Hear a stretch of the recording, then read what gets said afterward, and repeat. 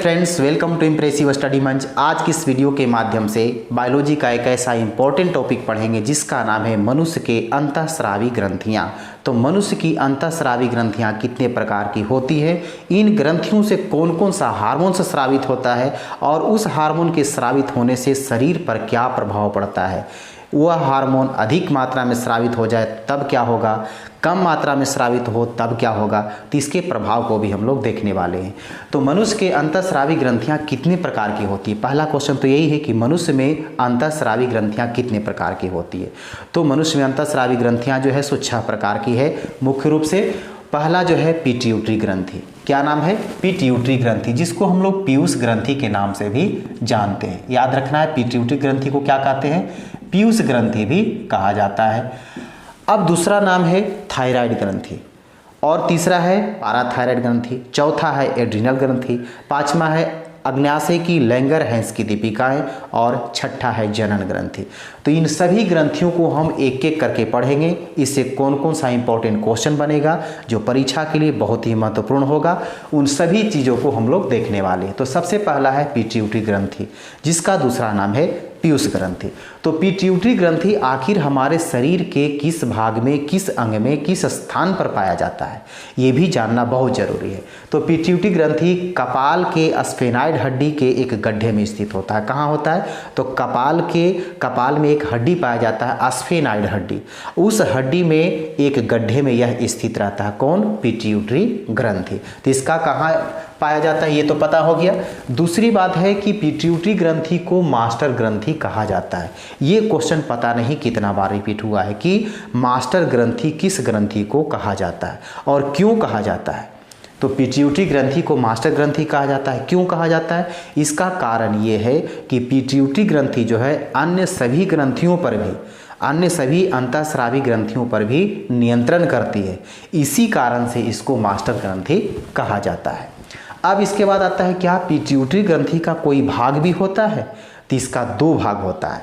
पहला भाग है अग्रपिंडक यानी आगे का, और दूसरा भाग है पश्चपिंडक यानी पीछे का भाग। ठीक है, इसके 2 भाग है। तो अग्रपिंडक से कौन सा हार्मोन स्रावित होता है और पश्चपिंडक से कौन सा हार्मोन स्रावित होता है? तो अग्रपिंडक से जो हार्मोन स्रावित होता है उसका नाम है वृद्धि हार्मोन। बहुत ही इंपॉर्टेंट ये है कि वृद्धि हार्मोन स्रावित होता है, तो यदि यह कम मात्रा में स्रावित हो तब क्या प्रभाव पड़ेगा, ज़्यादा मात्रा में स्रावित हो तब क्या प्रभाव पड़ेगा। तो सबसे पहले इसका देखा जाए कि वृद्धि हार्मोन जो है करता क्या है हमारे शरीर में। तो ये मुख्य रूप से किस पर नियंत्रण स्थापित करता है? तो विशेष करके हड्डियों की वृद्धि पर और मांसपेशियों की वृद्धि पर यह नियंत्रण करता है। ठीक है ना। वृद्धि हार्मोन किस पर नियंत्रण करता है? तो हड्डियों की वृद्धि पर और मांसपेशियों की वृद्धि पर यह नियंत्रण करता है।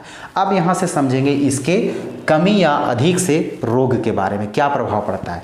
यदि वृद्धि हार्मोन सामान्य से यदि अधिक मात्रा में स्रावित होने लगता है तो हमारे शरीर पर क्या प्रभाव पड़ता है? तो सामान्य से अधिक मात्रा में स्रावित होने पर मनुष्य के शरीर का जो लंबाई है वह औसत से अधिक हो जाता है। ठीक है, क्या होता है? वृद्धि हार्मोन यदि सामान्य से जितना इसका स्रावित होना चाहिए उससे भी ज़्यादा अगर स्रावित होने लगता है तो शरीर जो है उसका लंबाई क्या हो जाता है? औसत से ज़्यादा हो जाता है। तो इसको एक बीमारी भी कहते हैं। इस बीमारी का नाम क्या है? बृहत्तता। क्या कहते हैं? बृहत्तता, यानी औसत से अधिक शरीर की लंबाई बढ़ जाना। इसका दूसरा नाम है जाइगैंटिज्म। क्या कहते हैं? जाइगैंटिज्म। जाइगैंटिज्म। ठीक है, जाइगैंटिज्म कहें चाहे बृहत्तता कहें, इसको भीमकाय भी बोला जाता है। भीमकाय का मतलब शरीर विशाल हो जाना। मुख्य रूप से क्या होता है कि जब ये अधिक मात्रा में स्रावित होता है तो हड्डियां मोटी हो जाती है और भारी हो जाती है। इसी कारण से इस बीमारी को क्या कहते हैं? जाइगैंटिज्म या बृहत्तता या भीमकाय। याद रखना है कि भीमकाय जो है रोग होता है वह किसके कारण होता है, किसकी मात्रा अधिक स्रावित होने से होता है। तो यही वृद्धि हार्मोन अधिक मात्रा में स्रावित होता है तो भीमकाय, जाइगैंटिज्म या बृहत्तता की बीमारी होती है। अब इसका ठीक उल्टा समझेंगे कि वृद्धि हार्मोन यदि सामान्य मात्रा से कम स्रावित होता है तब क्या होता है? तो इसका उल्टा होता है। शरीर इसमें क्या था? बढ़ गया था। अधिक मात्रा में स्रावित होने से शरीर का जो लंबाई था से बढ़ गया था। लेकिन यदि कम मात्रा में स्रावित होता है तो बाल्यावस्था में, बचपन में यदि वृद्धि हार्मोन कम मात्रा में उसके शरीर में स्रावित हो रहा है तो उसका शरीर बौनापन हो जाता है। ठीक है। अब इसके बाद आता है कि अग्रपिंडक से और कोई हार्मोन स्रावित होता है, तो होता है।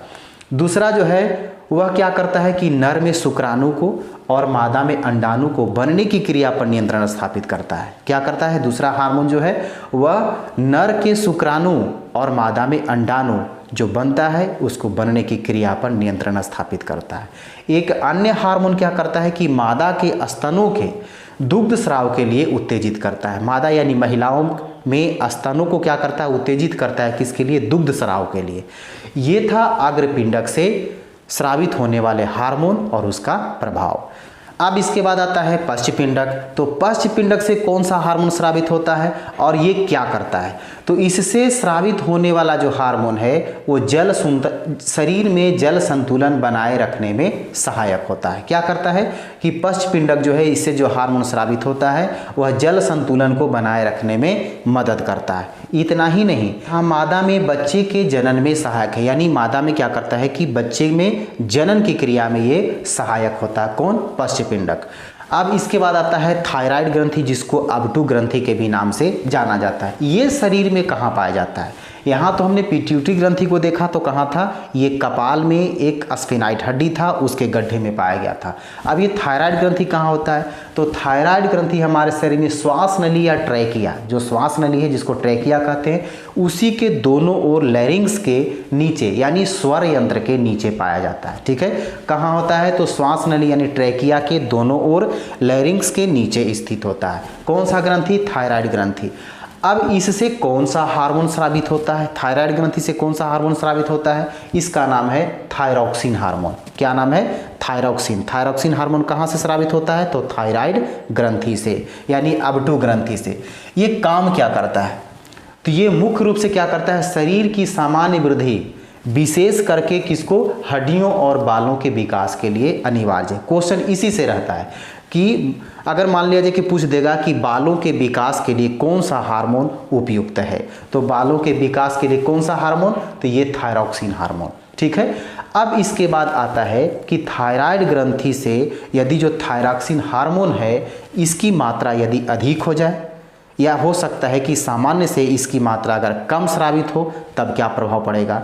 तो सबसे पहले हम लोग जानेंगे कि थायरॉक्सिन हार्मोन की कमी से हमारे शरीर में कौन सा रोग हो जाता है, कैसा प्रभाव पड़ता है। तो सबसे पहला इसमें है जड़ मानवता। ठीक है ना, जड़ मानवता जो है एक प्रकार की ये बीमारी है। ये कब होता है, ये किन लोग में होता है, तो जड़ मानवता नामक जो बीमारी है ये थायरॉक्सिन की कमी के कारण होता है और ये मुख्य रूप से बच्चों में होता है। तो जब बच्चों में थायरॉक्सिन की मात्रा कम जाती है, थायरॉक्सिन हार्मोन कम मात्रा में स्रावित होता है, तो वह क्या होता है कि बच्चे का मानसिक और शारीरिक जो विकास है वह रुक जाता है, अवरुद्ध हो जाता है। तो याद रखना है कि जड़ मानवता किस में होता है, तो बच्चों में होता है। और किसकी कमी से होता है, तो थायरॉक्सिन की कमी से होता है। थायरॉक्सिन हार्मोन कहाँ से स्रावित होता है, तो थायराइड ग्रंथि से होता है। ठीक है, अब इसके बाद आता है मिक्सिडमा। मिक्सिडमा नामक जो बीमारी है ये भी थायरॉक्सिन की कमी से होता है। कब होता है, तो ये युवा अवस्था में यानी यौवनावस्था में होता है। अब जब ये बीमारी हो जाती है तो मनुष्य में क्या परेशानी होता है, तो हृदय स्पंदन यानी हृदय का धड़कना, और कहता है कि रक्तचाप जो है सो कम जाता है यानी ब्लड प्रेशर जो है सो कम जाता है। ये कब होता है मिक्सिडमा, तो ये यौवनावस्था में। जड़ मानवता बच्चों में।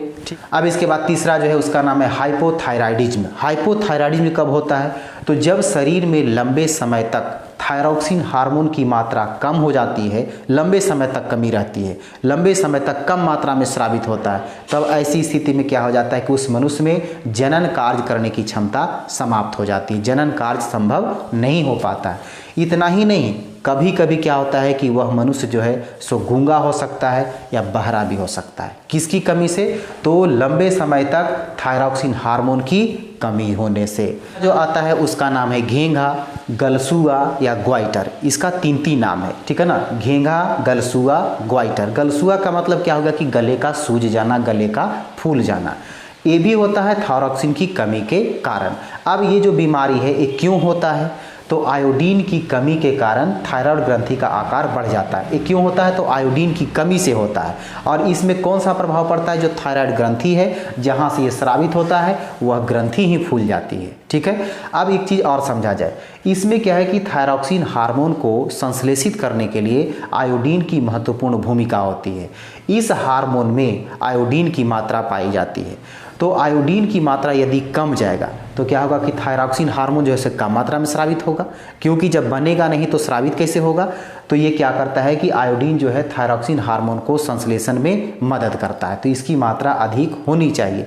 इसके बाद फिर क्या है कि यदि थायरॉक्सिन हार्मोन स्रावित नहीं हो रहा है तब क्या करता है, थायराइड ग्रंथि जो है उसको गति बढ़ा देता है, इसको स्रावित करने के लिए गति बढ़ा देता है। यही गति जब बढ़ता है तो अधिक गति बढ़ने से थायराइड ग्रंथि का जो आकार है वह बड़ा हो जाता है, जिसके कारण गला जो है वो गला फूल जाता है, जिसको हम लोग क्या कहते हैं, गलसुआ या घेंघा। तो घेंघा नामक बीमारी को ठीक करने के लिए भोजन में क्या शामिल करना चाहिए? तो आयोडीन की मात्रा शामिल करनी चाहिए। ठीक है। यानी घेंघा किसके कारण होता है, किसकी कमी के कारण होता है? तो आयोडीन की कमी के कारण होता है। अब इसके बाद थायरॉक्सिन हार्मोन की अधिकता से, थायरॉक्सिन हार्मोन यदि अधिक मात्रा में स्रावित होने लगे तो कौन सा बीमारी होगा? तो थायरॉक्सिन की अधिकता से यानी सामान्य से अधिक मात्रा में जब थायरॉक्सिन हार्मोन स्रावित होने लगता है तब कौन कौन सी बीमारी होती है? तो सबसे पहला जो है उसका नाम है टॉक्सिक ग्वाइटर। क्या नाम है? Toxic goitre. इस बीमारी में क्या होता है? तो हृदय में गति बढ़ जाती है। ठीक है ना, हृदय में क्या होता है कि गति बढ़ जाती है। अब यहाँ पर देखा जाए, एक चीज़ पढ़े थे कि थायरॉक्सिन की कमी के कारण क्या होता है कि यौवनावस्था में यहाँ पर जो है मिक्सिडमा, ये यौवनावस्था में बीमारी हुआ था, तो इसमें हृदय स्पंदन जो था से कम गया था, ब्लड प्रेशर जो था से कम गया था। और इसमें क्या हो रहा है, जो टॉक्सिक ग्वाइटर, इसमें थायरॉक्सिन की मात्रा जो है अधिक हो गया, तो कौन सा बीमारी हो गया? Toxic goitre. इसमें हृदय की जो गति है वो बढ़ जाता है, श्वसन दर बढ़ जाता है, रक्तचाप बढ़ जाता है। ठीक है। इसके बाद आता है एक्सोप्थेल्मिया। एक्सोप्थेल्मिया में क्या होता है? ये भी थायरॉक्सिन की अधिक मात्रा में स्रावित होने से होता है। इस बीमारी में क्या होता है कि मनुष्य का आँख जो है सो फूल जाता है, और इतना फूल जाता है कि नेत्र कोटर से आँख जो है सो बाहर निकल जाता है। ये कौन सी बीमारी में होता है? तो एक्सोप्थेल्मिया। ठीक है ना। एक्सोप्थेल्मिया किसकी कमी के कारण, किसकी अधिकता के कारण होता है? तो थायरॉक्सिन हार्मोन के अधिक मात्रा में स्रावित होने से होता है। अब इसके बाद आता है पाराथायराइड ग्रंथि। हमने दो ग्रंथि को पढ़ लिया, पहला था पीयूष ग्रंथि, दूसरा था थायराइड ग्रंथि। अब तीसरा आ रहा है पाराथायराइड ग्रंथि। ये कहाँ पाया जाता है? तो थायराइड ग्रंथि कहाँ था? श्वास नली के दोनों तरफ था, लैरिंक्स के नीचे। और ये जो पाराथायराइड ग्रंथि कहाँ है? तो वही थायराइड ग्रंथि के ठीक पीछे होता है। ठीक है।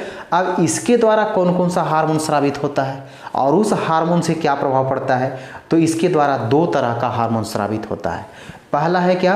स्थिति होती है कि जब शरीर में, रक्त में जब कैल्शियम की मात्रा कम हो जाती है तब उसको नियंत्रित करने के लिए शरीर में क्या है कि इस ग्रंथि से कौन सा हार्मोन निकलता है? पाराथायराइड हार्मोन निकलता है। फिर ध्यान से समझा जाए, जब रुधिर में कैल्शियम की मात्रा कम जाती है तब उस स्थिति में क्या होता है कि पाराथायराइड हार्मोन स्रावित होता है। इसको स्रावित होने से क्या होता है कि जो कैल्शियम की मात्रा कम गई है उसको नियंत्रित करता है। अब इसके बाद आता है दूसरा कैल्सीटोनिन। कैल्सीटोनिन हार्मोन क्या करता है? ये कब उत्पन्न होता है, कब स्रावित होता है? तो जब रुधिर में, रक्त में कैल्शियम की मात्रा जब ज़्यादा हो जाता है, औसत से ज़्यादा हो जाता है, तब उस स्थिति में क्या होता है कि कैल्सीटोनिन स्रावित होता है, उसको नियंत्रित करने के लिए। कम मात्रा में रहता है कैल्शियम, जब रुधिर में कैल्शियम की मात्रा कम जाती है तब कौन सा हार्मोन? पाराथायराइड हार्मोन स्रावित होता है। और जब कैल्शियम की मात्रा अधिक हो जाती है तो यहाँ पाराथायराइड ग्रंथि से कौन सा हार्मोन? कैल्सीटोनिन हार्मोन स्रावित होता है। ये क्या करता है? दोनों का काम है नियंत्रित करना, कैल्शियम की मात्रा को नियंत्रित करना, ना तो अधिक होने देना ना तो कम होने देना, यानी सामान्य अवस्था में रखना। तो पाराथायराइड से दो प्रकार का हार्मोन स्रावित होता है। मुख्य रूप से यदि पूछा जाए कि पाराथायराइड ग्रंथि से जो हार्मोन स्रावित होता है उसका काम क्या है, तो रक्त में कैल्शियम की मात्रा को नियंत्रित करना। तो आज हम लोगों ने 3 ग्रंथि के बारे में पढ़ा। अब इसके बाद जो है 3 ग्रंथि को हम अगले क्लास में देखेंगे, तो इसको एक बार फिर से रिपीट कर लिया जाए ताकि पूरा का पूरा कंठस्थ हो जाए। तो पहला ग्रंथि का नाम क्या था? पहला ग्रंथि का नाम था पीयूष ग्रंथि, जिसको पिट्यूटरी ग्रंथि कहते हैं। वो कहाँ था? तो कपाल के स्फेनाइड हड्डी के एक गड्ढे में स्थित था। उसका दूसरा नाम क्या था? उसको पीयूष ग्रंथि भी कहते हैं, पिट्यूटरी ग्रंथि भी कहते हैं, इसके अलावा उसको मास्टर ग्रंथि भी कहा गया था। उसके 2 भाग थे, अग्रपिंडक और पश्चपिंडक। अग्रपिंडक से कौन सा हार्मोन स्रावित हुआ था? तो वृद्धि हार्मोन। जो क्या, जिसके अधिकता से क्या था कि भीम का यानी शरीर का बड़ा हो जाना, शरीर का लंबाई जो है औसत से ज़्यादा हो जाना। यदि बाल्यावस्था में कम मात्रा में वृद्धि हार्मोन स्रावित होता है तो शरीर बौनापन हो जाता है। इसके बाद थायराइड ग्रंथि यानी अबडू ग्रंथि के बारे में हमने क्या क्या जाना, तो सबसे पहले ये जाना कि थायराइड ग्रंथि पाया कहाँ जाता है, तो ये जो था से वो श्वास नली यानी ट्रेकिया के दोनों ओर लैरिंग्स यानी श्वसन जो स्वर यंत्र है उसके ठीक नीचे स्थित होता है।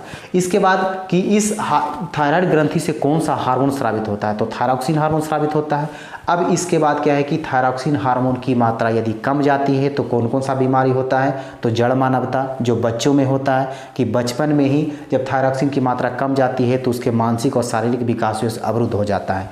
इसके बाद मिक्सिडमा क्या था कि यौवनावस्था में यानी युवावस्था में यदि इसकी मात्रा कम जाती है, कम मात्रा में स्रावित होता है थायरॉक्सिन, तब क्या होता है कि हृदय स्पंदन कम जाता है, रक्तचाप कम जाता है। इसके बाद हाइपोथायराइडिज्म ये कब होता है, तो लंबे समय तक यदि शरीर में थायरॉक्सिन की मात्रा कम मात्रा में स्रावित होने लगता है तो उस स्थिति में क्या होता है कि जनन कार्य संभव नहीं हो पाता। इतना ही नहीं, कभी कभी मनुष्य गूंगा और बहरा भी हो जाता है। इसके बाद चौथा बीमारी क्या देखा था, घेंघा, जो किसकी कमी के कारण हुआ था, तो आयोडीन की कमी के कारण हुआ था। घेंघा नामक बीमारी में थायराइड ग्रंथि पर क्या प्रभाव पड़ता है, तो थायराइड ग्रंथि जो है वो थायरॉक्सिन की अधिक मात्रा को स्रावित करने के लिए गति को बढ़ा देता है, जिसके कारण थायराइड ग्रंथि फूल जाता है। इसी को क्या कहते हैं, गलसुआ या घेंघा नामक बीमारी होती है। तो घेंघा नामक बीमारी किसकी कमी से होता है, तो आयोडीन की कमी से। इसीलिए डॉक्टर लोग सलाह देते हैं कि भोजन में आयोडीन युक्त नमक का ही प्रयोग किया जाए।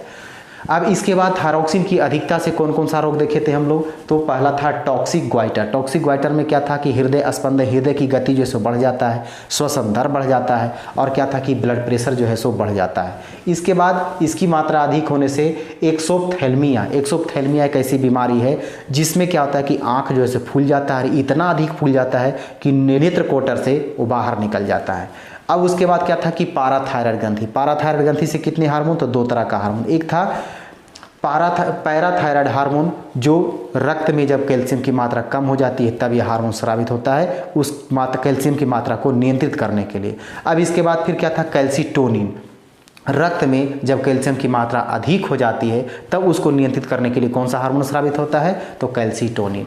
तो उम्मीद है कि आज का ये जो 3 ग्रंथियां हमने पढ़ा ये पूरा का पूरा कंठस्थ याद हो गया होगा। यह वीडियो आपके लिए यदि हेल्पफुल रहा तो इस वीडियो को लाइक कर दें, अधिक से अधिक ग्रुप में शेयर कर दें, और यदि इस चैनल पर अभी तक आप नए हैं, पहली बार विजिट कर रहे हैं, तो आपसे एक छोटी सी रिक्वेस्ट है कि इस चैनल को सब्सक्राइब करके नोटिफिकेशन का बेल आइकन दबा दें, ताकि जो भी इस तरह का इंपॉर्टेंट टॉपिक का वीडियो अपलोड हो तो तुरंत नोटिफिकेशन के माध्यम से आप तक पहुँच सके। तो फिर मिलते हैं हम अगला वीडियो में जिसमें 3 ग्रंथि जो शेष बच गया है उसके बारे में हम लोग जानेंगे।